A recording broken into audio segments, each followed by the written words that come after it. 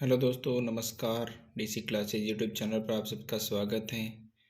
तो आज हम वापस कक्षा 9 की जो मैथ है उसका फर्स्ट चैप्टर है, ठीक है ना, परिमेय संख्या, उनके बारे में पढ़ेंगे। जो पहला प्रश्न आपको यहाँ पे दिया हुआ है कि क्या शून्य एक परिमेय संख्या है, क्या इसे आप p/q के रूप में लिख सकते हैं जहाँ p और q पूर्णांक हैं और q नॉट इक्वल टू 0 है, ठीक है।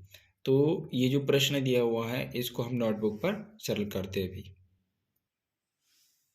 हाँ, तो इसको हम नोटबुक पर सरल करते हैं। देखिए क्या लिखा हुआ है यहाँ पे कि क्या, यहाँ पे लिखा है कि क्या शून्य एक परिमेय संख्या है, क्या इसे p/q के रूप में लिख सकते हैं। ये जो शून्य है इसको p/q के रूप में लिख सकते हैं जहाँ p और q पूर्णांक है और q नॉट इक्वल टू 0 है, यानी q बराबर 0 नहीं होना चाहिए, ठीक है।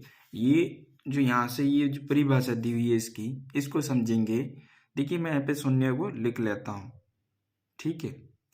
अब शून्य पूर्णांक में शामिल है कि नहीं, पहले तो ये समझो, शामिल है। पूर्णांक में शामिल है तो परिमेय संख्या में भी शामिल होगा, जिसको हम p/q के रूप में लिख सकते हैं। देखिए शून्य को 0/1, 0/1,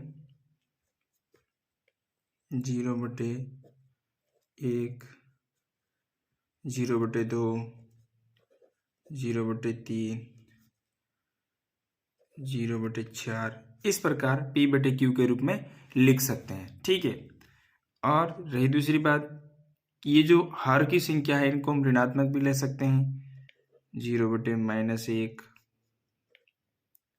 0/-2, 0/-3, 0/-4 इस प्रकार p/q के रूप में हम 0 को लिख सकते हैं। तो हम कह सकते हैं कि हाँ 0 क्या है, 0 एक परिमेय संख्या है। 0 क्या है, एक परिमेय संख्या है, परिमेय संख्या है। 0 परिमेय संख्या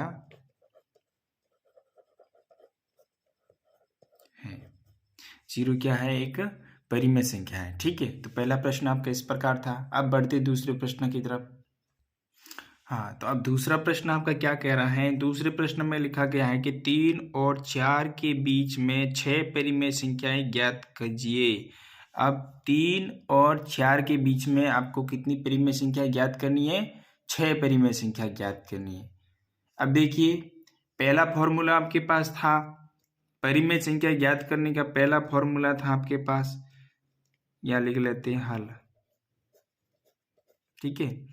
पहला फॉर्मूला था कि जो प्रथम संख्या है, प्रथम संख्या को मानना है प्रथम संख्या बराबर r, द्वितीय संख्या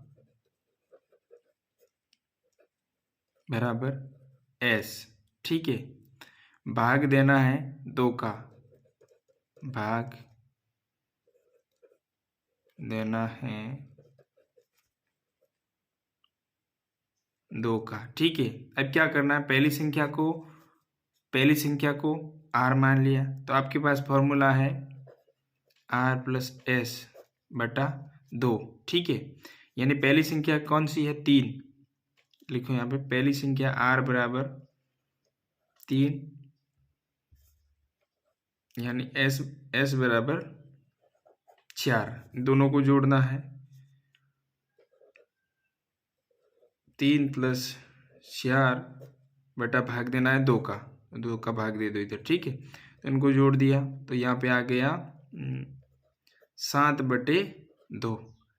तो ये जो 7/2 है ये इन दोनों के बीच में क्या है, परिमेय संख्या है। जैसे मैं यहाँ पे लिखता हूँ 3,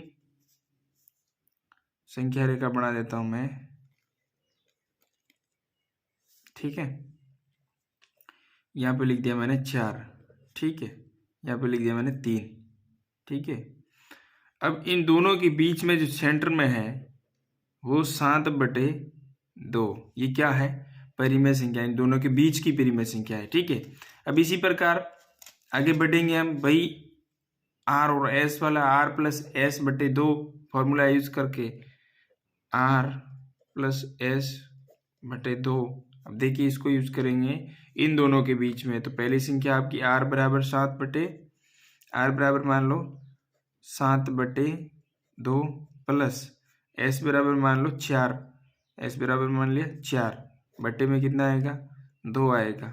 ठीक है, अब देखो ये जो संख्या है इसको पी बटे क्यू में क्यू के रूप में लिखेंगे, 4 को पी बटे क्यू के रूप में लिखेंगे तो इसके नीचे क्या आएगा 1 आएगा। ठीक है, तो इसका हम सबसे पहले जो हर है हरों का लसअप लेंगे, लिया 2। ठीक है, फिर 2 का भाग 2 में एक बार गया तो 7 को 1 से गुणा करो प्लस 1 का भाग 2 में कितनी बार गया 2 बार, तो 4 को 2 से गुणा करो 4 इंटू 2। ठीक है, तो इसको सरल करेंगे हम 7 के 7 प्लस 4 एकम 4, 4 दूनी 8, 4 को 2 से गुणा करेंगे ना तो 8 आएंगे। ठीक है, जो मैंने यहाँ पे लिख दिया। ठीक है, बटे भाग देना है 2 का। देखो ये तो 2 है ये वाले, ठीक है, और ये जो नीचे हैं वो अपन ने लिखे है, नीचे की लिख लेते हैं, ये लो। ठीक है, अब आपको क्या करना है, इन दोनों को जोड़ना है, तो इसकी जोड़ आएगी 15 बटे 2 बटा 2। अब ये जो 15 बटे 2 यानी 15 का हार है 2, मैं यहाँ पे लिख लेता हूँ 15 का हार कितना है 2। ठीक है, 2 और 15 बटे 2 का हार है 2, तो इन दोनों को क्या करना है गुणा करना है। तो यहाँ पर आंसर आएगा आपका, आंसर आएगा 15 बटे 4, जो कि इन दोनों के बीच की परिमेय संख्या है। यहाँ की परिमेय संख्या है 15 बटे 4। ठीक है, आगे बढ़ते हैं।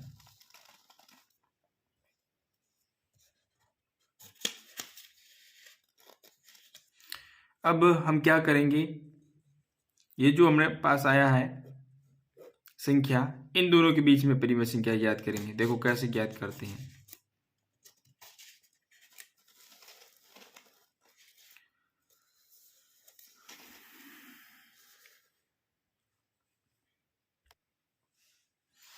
ये 7 बटे 2, मैं यहाँ पे लिख देता हूँ 7 बटे 2 प्लस 15 बटे 4, यानी ये इसको मान लिया आर और ये 15 बटे 4 है, इसको मान लिया एस, बटे भाग दे दिया 2 का, ये था सेकंड और ये थर्ड। ठीक है, अब देखो इसको सरल करेंगे। अभी इन दोनों का लसअप लिया, लसअप कितना आया, यानी हरों का लसअप, जो हर संख्या दी हुई है 2 और 4, इन दोनों का लेना लसअप। लसअप मतलब ऐसी संख्या, छोटी छोटी संख्या जिसके अंदर इन दो का और 4 का भाग जा सके, यानी कि मैं ले लेता हूँ 4। ठीक है, इन दोनों का 4 ले लिया, 2 का 4 में जा रहा है, 4 का 4 में भाग जाएगा एक बार। ठीक है, तो इनका लसअप कितना है 4। अब देखिए 2 का भाग 4 में कितनी बार जा रहा है 2 बार जा रहा है, तो 7 को क्या करना है 2 से गुणा करना है, 7 इंटू 2, प्लस का चिन्ह लगा दो, फिर यहाँ पे कितने 15 यहाँ पे लिख दो। ठीक है, अब देखिए 4 का भाग 4 में एक बार जा रहा है, तो 15 को 1 से गुणा करना है। ठीक है, बटे यहाँ पे ये 2 लिख लेना है, ये मैं बटे 2 लिख लेता हूँ। ठीक है, अब इनको सरल करो तो 7 को 2 से गुणा करेंगे तो 14, प्लस 15 को 1 से करेंगे तो 15, बटे कितने आएगा 4। ठीक है, बटे 2, इसको सरल करेंगे तो आंसर आएगा इसका 29 बटे 4 बटे 2। अब देखिए जो 29 का हार है 4 और 29 बटे 4 का हार है 2, तो हरों का क्या होगा गुणा होगा 29 बटे 4 इंटू 2, तो इसको करेंगे 29 बटे 8। तो इन दोनों के बीच की परिमेय संख्या है वो कितनी आई है 29 बटे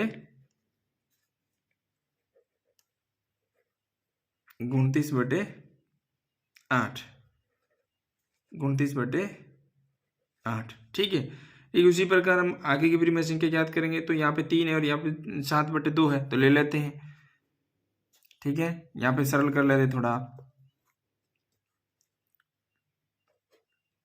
चौथी परिमेय संख्या। ठीक है, तो पहले आर मान लेते हैं 3 को, प्लस एस मान लेते हैं 7 बटे 2 को, भाग देना हम उनको 2 का। ठीक है, इसके नीचे हर मान लो 1। ठीक है, अब सरल करेंगे आगे,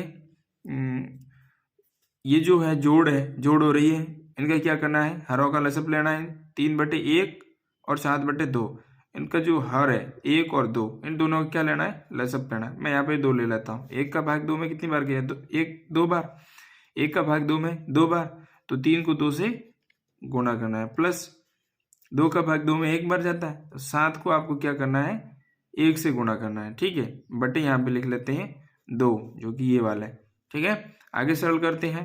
3 को 2 से गुणा करो, तो 3 को 2 से गुणा किया तो आज 6, प्लस 7 को 1 से गुणा किया तो 7/2 इंटू बटे 2। ठीक है, अब यहाँ पे देखो और सरल करते हैं। 6 और 7 दोनों को जोड़ दो, कितने हो रहे हैं, 13। 13/2/2, इन दोनों हरों को आप क्या करेंगे, गुणा करेंगे, तो 13/2 इंटू 2 बराबर आंसर आया 13/4। यानी कि जो इनका जो आंसर है वो कितना आया, 13/4। यानी कि ये जो संख्या दी हुई है 3 और 7/2, इन दोनों के बीच की जो परिमेय संख्या है वो कितनी है, 13/4। कितनी है, 13/4। यहाँ पे लिखा हुआ 13/4। ठीक है, इसी प्रकार आप परिमेय संख्या ज्ञात कर सकते हैं। ठीक है, ये तो था अपने पास पहला फॉर्मूला। अब दूसरा फॉर्मूला यूज करेंगे कि दूसरे फॉर्मूले से कैसे परिमेय संख्या ज्ञात कर सकते हैं।